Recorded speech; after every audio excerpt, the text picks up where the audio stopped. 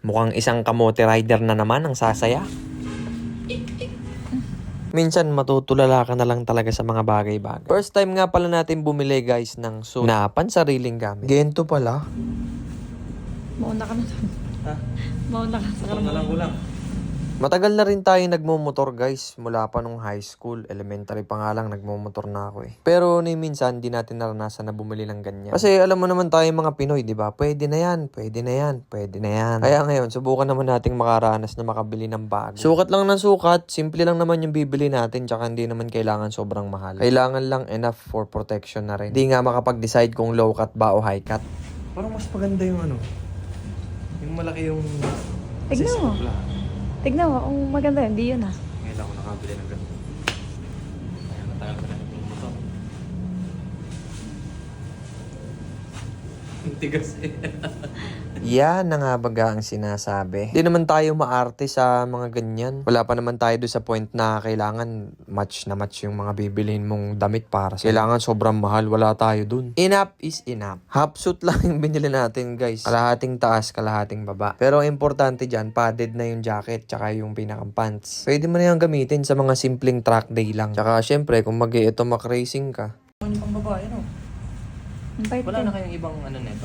Design? Wala. Yung white lang. Pero hindi ko sure. Tsura na. Ito. By the way guys, hindi to sponsored ah. Tamang trippings lang tayo. Talaga, mas pogi ito ba eh. Pag ganito.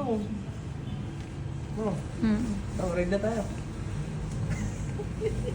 By the way guys, yan nga palang napili kong pants. Pang babae yan. Mas gusto ko yung ganyang fit. Tsaka wala na rin available na ibang sukat. Na ang design ay pang lalaki. Okay lang din naman kahit hindi na ma-join yung pantaas tsaka yung pambaba. Basta importante, meron yung padding para maprotektahan ka. Tamang-tama kasi magta-track day tayo dyan bukas sa Honda Philippines. May suit naman tayo actually kaso ni-retire na natin. Yan kasing suit na yan ay dun sa tropa natin na si Tox Moto. Ride in Paradise, kaibigan. Pag sinempla.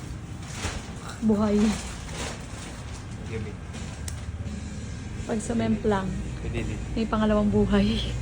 Sumemplang na ako nun eh. So, mas maganda, full suit. Magkano yung full suit niyo? 25 plus 30 gano'n. Magkano lahat to? Ako presyo lang, full suit na ako. Wala ka namang boots. Ha? Wala ka namang boots. pala, ano. Boots na. Wala ka namang pulsot pag Hindi, patos karerista mo ka na. Patos mo na. Uy, tsaka ka namang pulsot pag karerista ka na. Karerista ka lang, track day lang yan ang ano. Kamote racer lang ako, hindi naman ako kalista. Basta't kung saan kayo maligaya, yun ang inyong gawin. Nakakatuwa lang na yung mga gusto nating bilhin, syempre nabibili na rin natin ngayon. Dahil na rin syempre sa sipag at tiyaga. Kaya laban lang.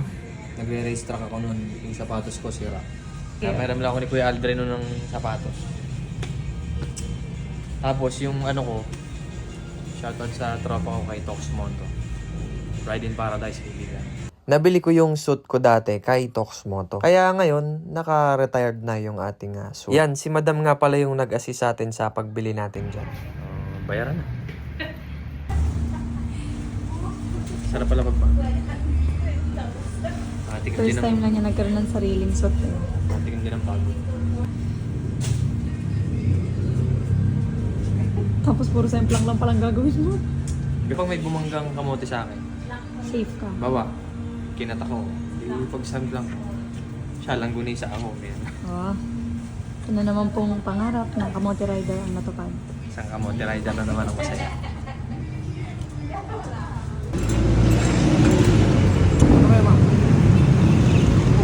Danda. Oo eh. Makulat lang.